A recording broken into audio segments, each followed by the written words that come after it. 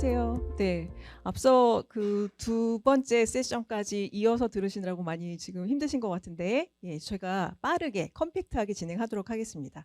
오늘 저는 제가 발표해 드릴 내용은 앞서 이제 스킬 베이스드 HR 전체적인 관점에 대한 트렌드를 말씀해 주셨다면, 그리고 변솔 팀장께서는 스킬 베이스드 직무 칼리지, 그리고 저는 HRD 관점에서 스킬이 어떻게 활용되고 있는지 컨설팅 사례와 또 제가 해봤던 그런 경험들을 좀 주로 나누도록 하겠습니다. 저는 휴넷칼리지 R&D 팀의 임선혜입니다. 반갑습니다.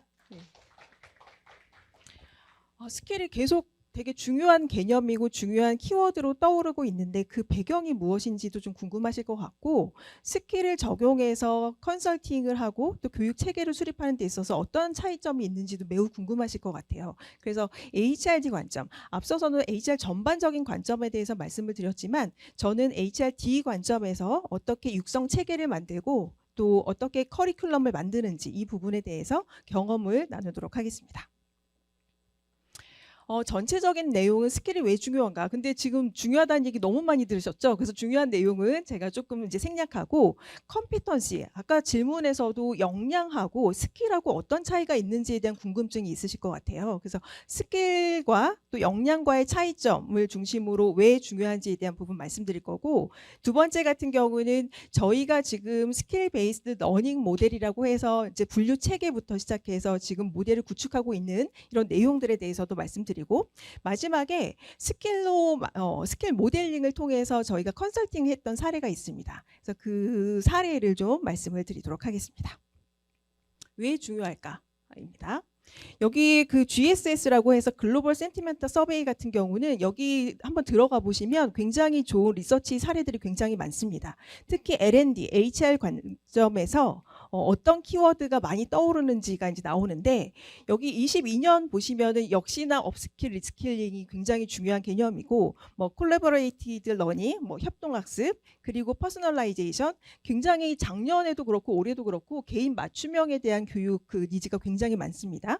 그리고 코칭 멘토링, 그리고 러닝 어널리틱스, 마지막에 스킬 베이스드 탤런트 매니지먼트, 이런 그 22년도의 그 트렌드를 보시면 좋을 것 같고요. 근데 여기다 보시는 것처럼 23년에도 마찬가지로 단연 1위는 리스킬 업스킬입니다. 그래서 업스킬 리스킬에 대한 부분, 그런데 여기 그 6위에서 3위로 떠오르는 게 바로 스킬 베이스드 탤런트 매니지먼트죠. 그래서 역시나 중요한 그 스킬 베이스드 러닝이 굉장히 중요한 키워드로 떠오르고 있다라는 거 앞서서도 굉장히 많이 들으셨기 때문에 그 부분 역시나 마찬가지입니다. 근데 왜 스킬이 왜 이렇게 중요한 개념으로 떠오르고 있는가? 이제 스킬 여기 다 아시겠지만 스킬이 새로운 개념이 전혀 아닙니다. 예, 컴피턴시랑 스킬하고도 굉장히 중복해서 중첩돼서 사용하는 경우도 너무 많았고, 스킬이라는 것 자체는 새로운 개념이 아닌데 왜 이렇게 중요하게 되었을까라는 측면에서는 뭐 계속 AI나 새로운 기술들이 너무나 빠르게 변화하고 너무 빠른 속도로 변화하기 때문에, 근데 그에 반해서 HRD 관점에서 또 조직 생산성 관점에서는 그 갭이 점점 벌어지고 있는 거죠. 그래서 조직의 생산성을 어떻게 더 올리고 이 간극을 메울 것이냐라는 측면에서 컴피턴시로는 따라잡기 쉽지 않다. 왜냐하면 컴피턴시라는 개념은 너무 모호하기도 하고 추상적이기도 하고 그런 측면에서는 이 모델로는 이 갭을 메우기가 쉽지 않다. 그래서 스킬로 더 잘게 쪼개서 어떤 걸 업스킬해야 될지 리스킬해야 될지를 바로바로 파악할 수 있는 스킬 모델이 매우 중요하고, 이런 측면에서 여기 갭을 메울 수 있는 좋은 해결책이 되지 않을까라는 측면에서 스킬의 개념이 계속 중요하게 부각이 되고 있다라고 생각하시면 되겠습니다. 그동안 HRD 관점에서 굉장히 그 오래된 고민들이 있었죠. 교육이 교육으로 끝나서 안 되고, 교육이 성과에 기여를 해야 되고, 이 교육 끝나고 나서 그 평가는 어떻게 하죠? 네, 정말로 교육이 효과성이 있는지에 대해서 측정을 해주세요. 그 또 한 번 그 아주 재미있는 사례 같은 경우는 일회성 교육을 하고 나서 교육 현업 적용도 평가해 주세요라는 니즈를 굉장히 많이 이제 얘기하세요. 근데 사실 교육이 한 번의 교육으로 성과에 기여하기는 매우 어렵지만, 그래도 우리 HR 더의 염원이 교육이 성과로 이어진다라는 측면이기 때문에 그래서 교육의 효과성이나 이런 여러 가지 측면에서 매우 고민들이 많았죠. 근데 이 고민들을 해결할 수 있는 차원이 컴피턴시에서 스킬 베이스로 가다 보니 해결의 실마리를 얻을 수 있다라는 측면으로 좀 생각하시면 될 것 같아요. 그래서 첫 번째는 교육을 통해서 교육의 성과, 특히 구성원의 성과를 향상시키고 싶다라는, 그래서 현업 활용도, 현업 적용도 굉장히 많이 얘기하시잖아요. 그래서 스킬 베이스로 하게 되면 훨씬 더 컴피턴시보다 잘게 쪼개지기 때문에, 그리고 저희가 스킬을 정의 내릴 때 행동 지표로 정의를 내립니다. 이 행동 지표는 측정 가능하고 개발 가능하기 때문에 굉장히 효과성을 측정하는 데 중요하고 또 효과성이 있다라는 측면이죠. 그래서 두 번째 말씀드린 고민이 교육이 그냥 교육으로 끝나는 게 아니고 정말로 현업에 영향을 미치고 현업의 활용도가 있는지, 그리고 더 나아가서는 조직의 성과까지 기여하고 있는지, 이런 측면을 우리는 어떤 걸로 볼 수 있는지 스킬 베이스드로 볼 수 있다. 왜냐하면 스킬은 잘게 쪼개졌고 그걸 행동 지표화하고 아까도 보셨지만 레벨링을 하기 때문에 이 레벨링을 통해서도 측정 가능합니다. 그래서 교육이 교육으로만 끝나는 게 아니라 측정의 기준점, 또 타당성을 마련할 수 있다는 측면에 매우 또 중요한 개념이 아닐까라는 생각이 듭니다.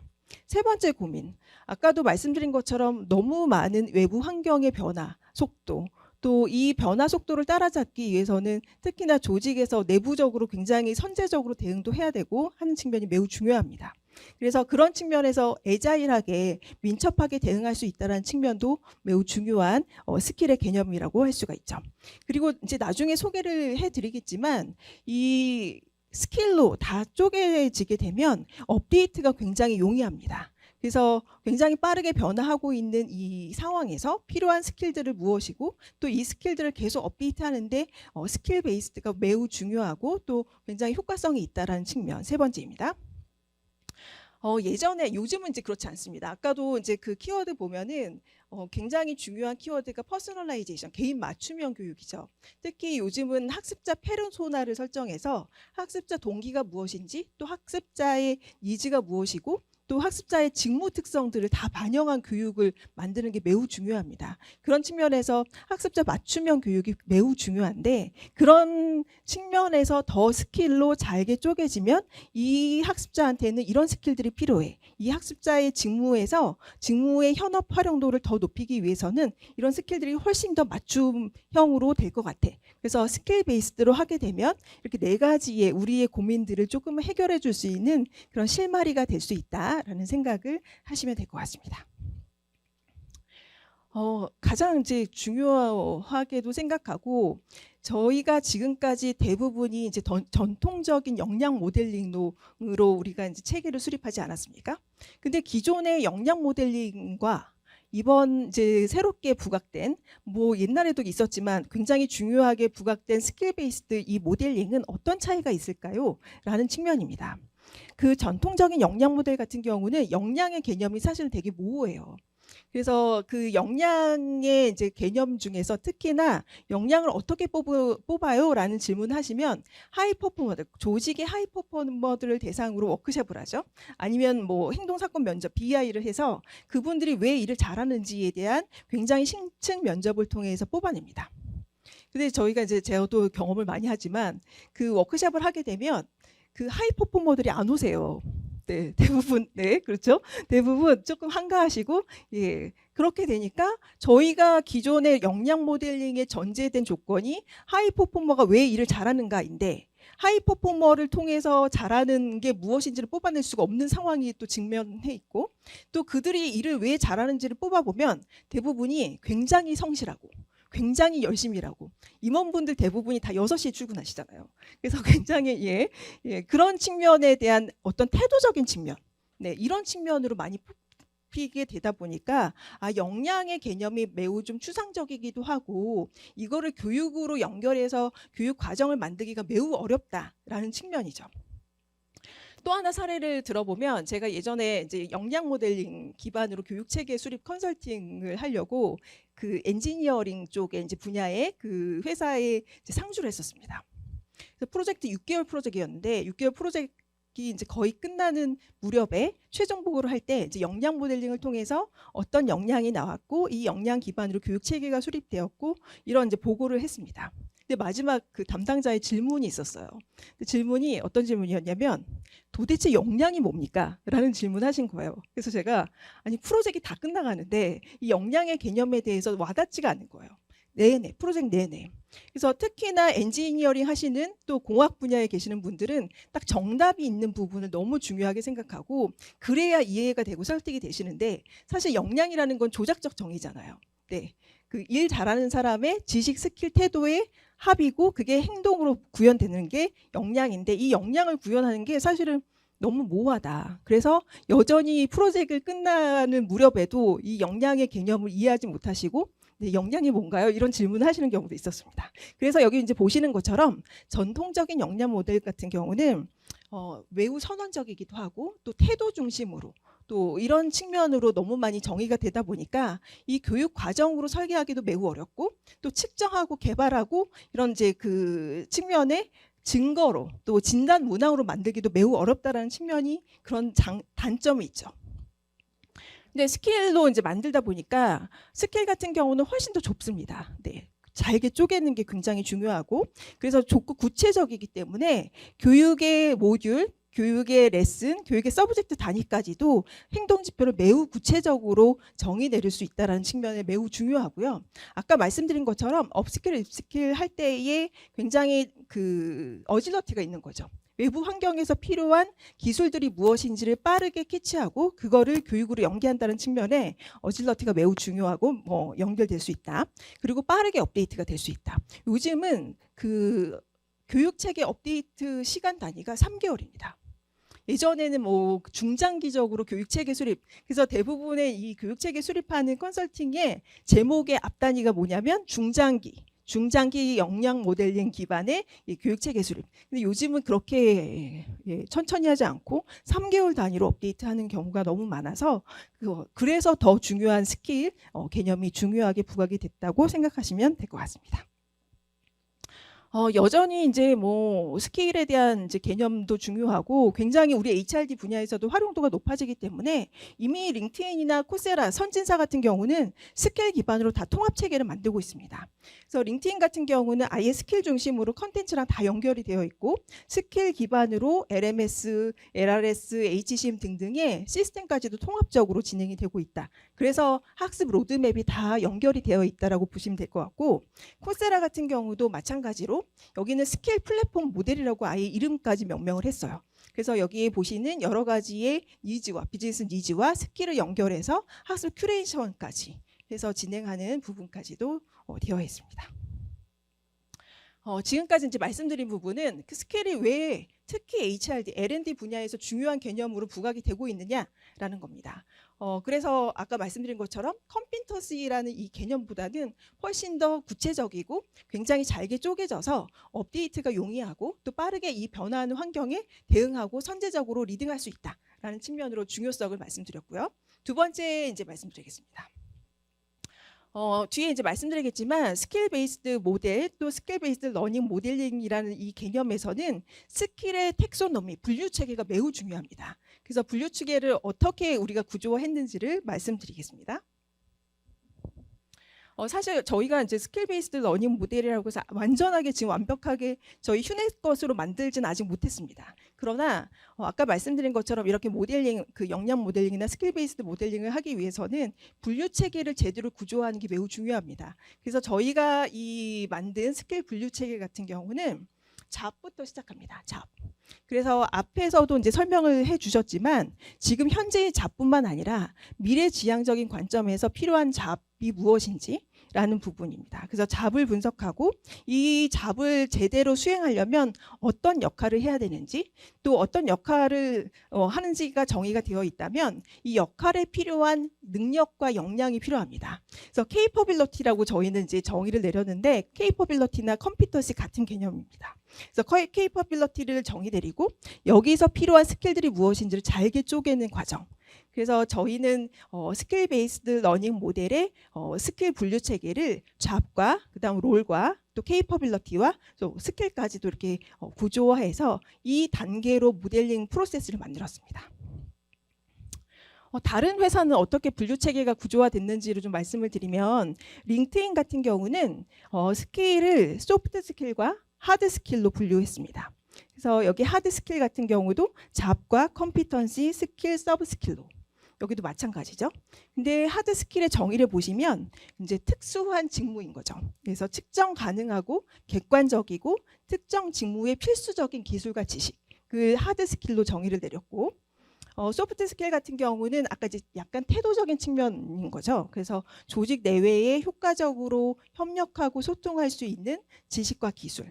그래서 전체적인 하이라키 체계는 비슷하나 하드 스킬과 소프트 스킬로 분류했다라는 거가 굉장히 특징적입니다. 비지어라는 회사인데요. 이 회사는 그 밴쿠버에 본사가 있고 그 AI 클라우드의 그 혁신적인 그런 회사라고 합니다. 근데 이 회사에서의 그 스킬 분류 체계를 보시면 소프트 스킬, 하드 스킬, 이제 날리지로 이렇게 분류가 되어 있고 조금 특이한 건 뭐냐면 스킬별로 슈퍼 스킬, 메타 스킬, 스킬 이렇게 또 잘게 쪼갰다라는 거죠.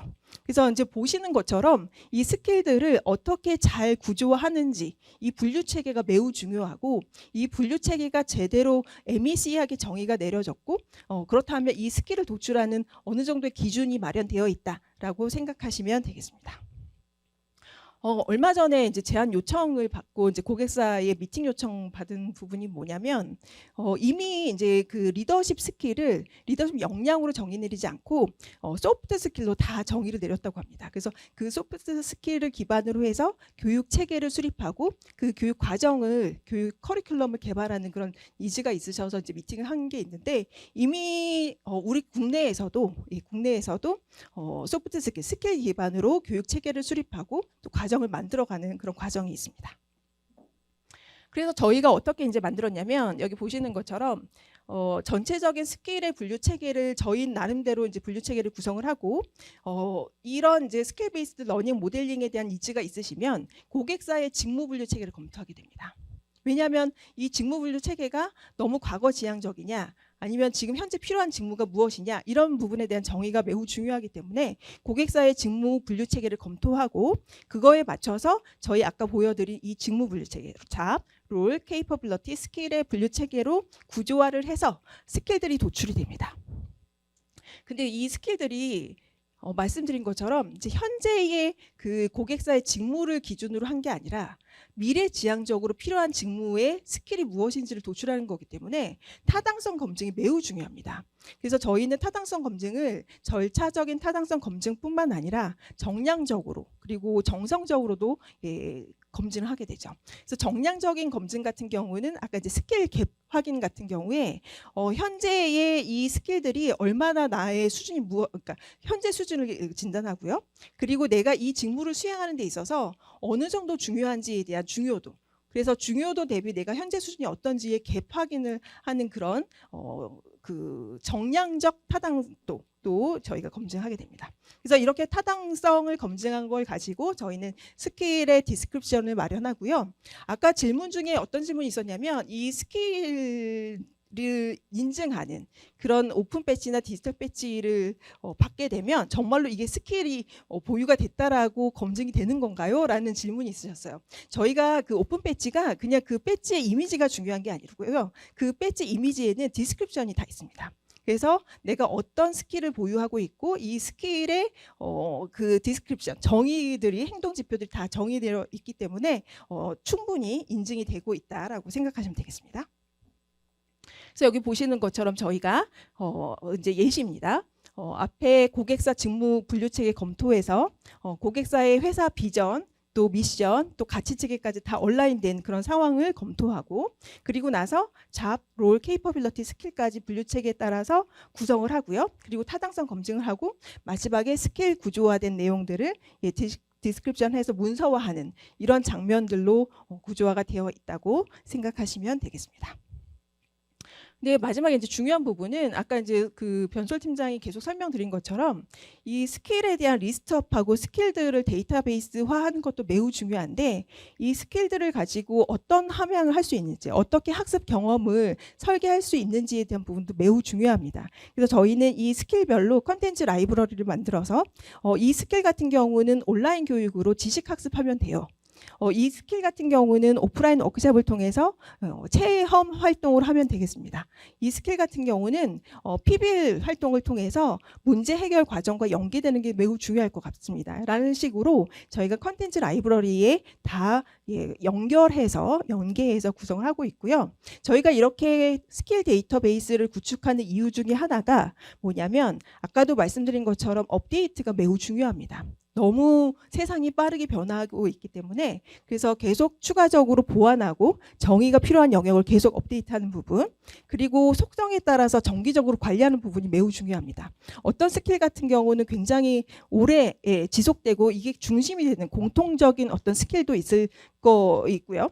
아니면 조금 더 계속 업데이트가 필요한 굉장히 트렌디한 그런 스킬도 있을 거고요. 그래서 속성에 따라서 정기적인 관리가 필요하고, 마지막에 학습자에 맞추며 학습자의 니즈와 직무 특성에 맞춰서 큐레이션 할 수 있게끔 기반을 마련한다는 측면에서 스킬 데이터베이스 구축이 매우 중요하다, 라고 생각하시면 되겠습니다. 그래서 저희가 스킬 베이스드 러닝 모델을 어떻게 활용하느냐라는 측면에서는 크게 세 가지 측면입니다. 첫 번째는 교육 체계를 구성하고 과정을 개발하는 데 쓰입니다. 이거는 뒤에서 제가 K사 교육 체계 수립한 내용들을 좀 보여드릴 거고요. 그리고 두 번째 같은 경우는 특히나 뭐 아까 말씀드린 뭐 HRM 쪽에서도 많이 활용하지만 구성원의 커리어 성장, 또 객관적으로 본인이 그들이 어느 정도 스킬을 보유하고 있는지에 대한 지표, 그리고 큐레이션, 뭐 이런 세 가지 측면에서 성장 지원할 수 있다는 측면, 그리고 마지막에 현재 보유 스킬은 어느 정도이냐, 또 미래지향적으로 더 필요한 스킬은 무엇이냐라는 걸 명확하게 구분하고 지표화할 수 있다는 측면으로 활용되고 있습니다. 네.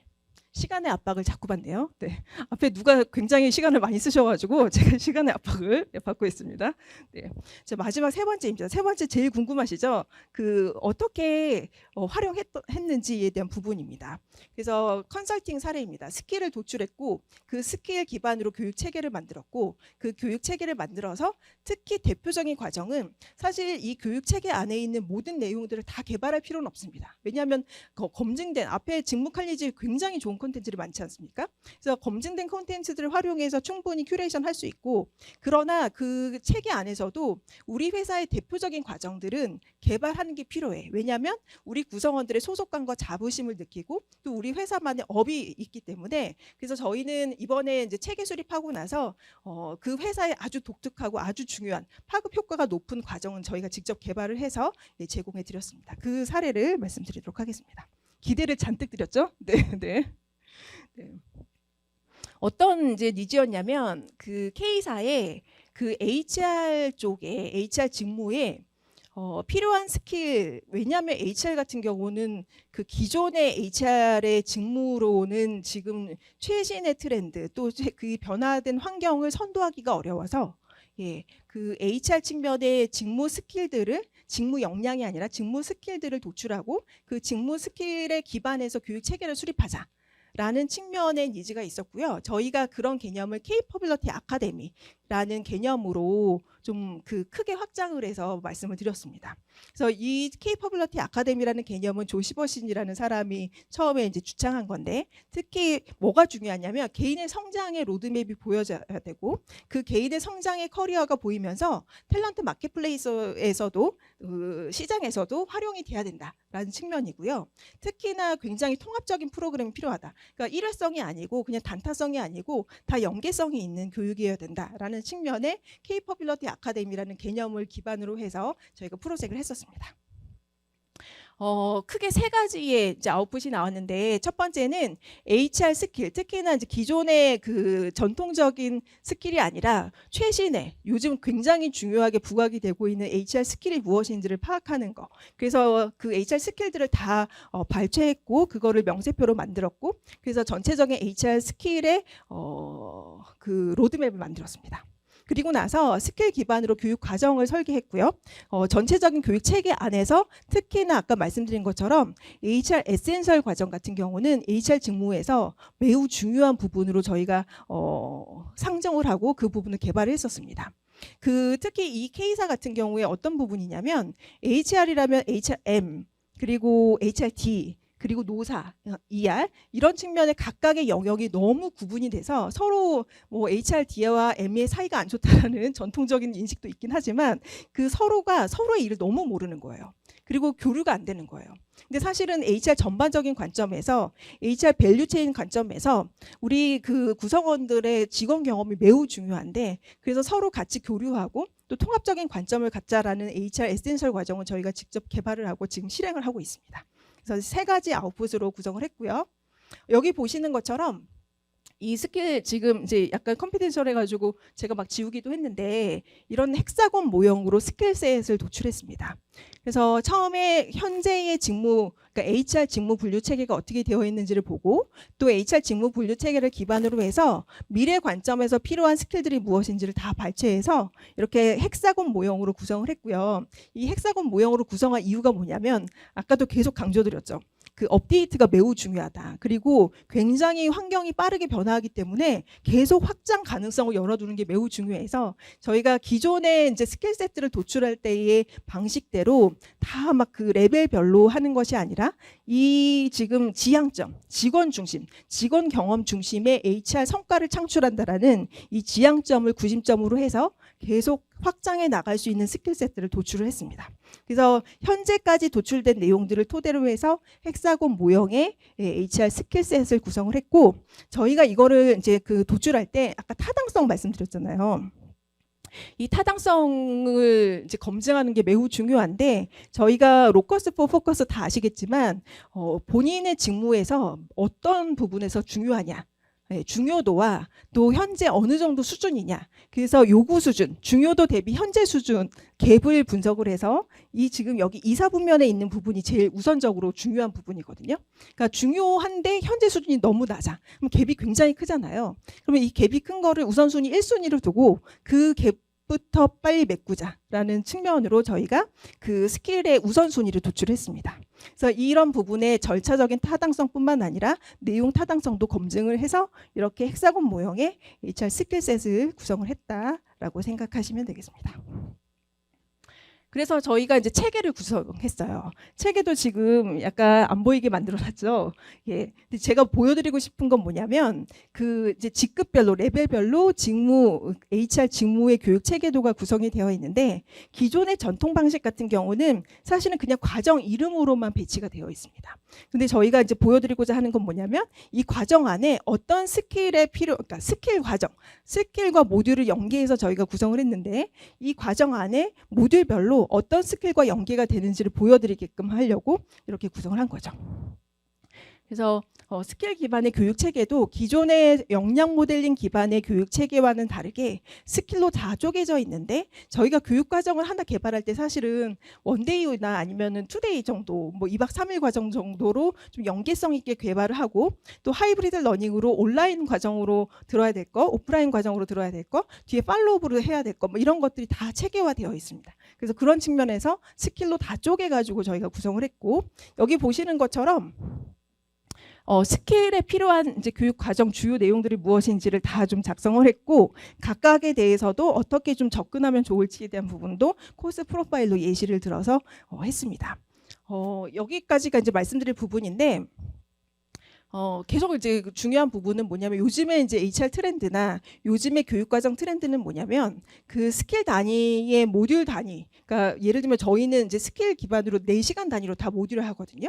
그래서 고객사에서 또 우리 이제 그 니즈가 예를 들면 저희는 동기부여와 뭐 직원 경험 설계가 연계되는 교육 과정이 필요합니다. 동기부여 스킬하고 직원 경험의 그 로드맵을 짜는 그 스킬 단위의 4시간 단위를 엮어가지고 하루짜리 교육 과정으로 만드는 그런 설계도 하고 있습니다. 그래서 스킬 단위의 모듈을 하는 것도 매우 중요하고 이 모듈을 하는 이유는 뭐냐면 계속 업데이트가 용이하고 또 이 환경 이렇게 변화된 환경에 계속 그 빠르게 대응할 수 있다는 측면도 매우 중요하게 지금 부각하고 있고 반영하고 있다고 생각하시면 되겠습니다. 제가 지금까지 이제 말씀드린 내용을 잠깐 정리를 하면 처음에 왜 스킬이 중요하냐? 사실 스킬이라는 개념은 새로운 게 아닙니다. 그러나 이제 컴피턴시의 그 모호한 개념을 잘게 쪼개고 구체화해서 환경 변화에 빠르게 대응한다. 그리고 빠르게 예, 선도적으로 대응한다는 측면으로 그 스킬이 매우 중요한 개념으로 다시 부각이 됐다라는 거. 두 번째는 컴피턴시 모델링하고 스킬 베이스드 모델링하고의 차이점 말씀드렸습니다. 그래서 스킬 베이스드 모델링에서는 특히나 중요한 게 스킬 분류 체계입니다. 그래서 스킬을 어떻게 분류 체계로 만드느냐, 구조화하느냐, 그래야 이 스킬에 대한 정의가 제대로 나오고 이 스킬 분류 체계를 통해서 스킬이 정의되는 그 행동 지표 단위가 매우 중요합니다. 왜냐하면 이 행동 지표는 교육의 학습 목표로도 활용이 되고요. 또 학습 측정, 이 교육을 통해서 어느 정도 성과가 있었는지에 대한 측정도 가능하기 때문에 행동 지표 정의도 매우 중요합니다. 그래서 마지막에 제가 보여드렸던 스킬을 도출해서 헥사곤 모형으로 이렇게 구조한 거는 굉장히 빠르게 유연하게 대응하고 또 빠르게 그 스킬 세트를 함양할 수 있게끔 하기 위해서 헥사곤 모형으로 저희가 구조화했고 그리고 교육 체계로 연결했다라는 그런 사례도 말씀드렸습니다. 제가 해보니까 역시 스킬이 저희의 오래된 염원, 오래된 고민들을 조금은 해결해 줄 수 있는 그런 실마리가 있지 않을까라는 생각을 다시 한번 하게 됐습니다. 그래서 오늘 제가 발표드릴 내용은 여기까지고요. 제가 시간에 쫓겨서 마무리를 제대로 못할 것 같은데 마무리하겠습니다. 네. 우리 다음 달 월간 휴넷도 있습니다. 예, 오늘 8월 말이잖아요. 다음 달 9월 21일에는 조직 문화 관련한 그 월간 휴넷 라이브가 있으니 또 많이 찾아와 주시고 많이 시청 부탁드립니다. 오늘 여기까지 발표 드렸고요. 경청해 주셔서 감사합니다.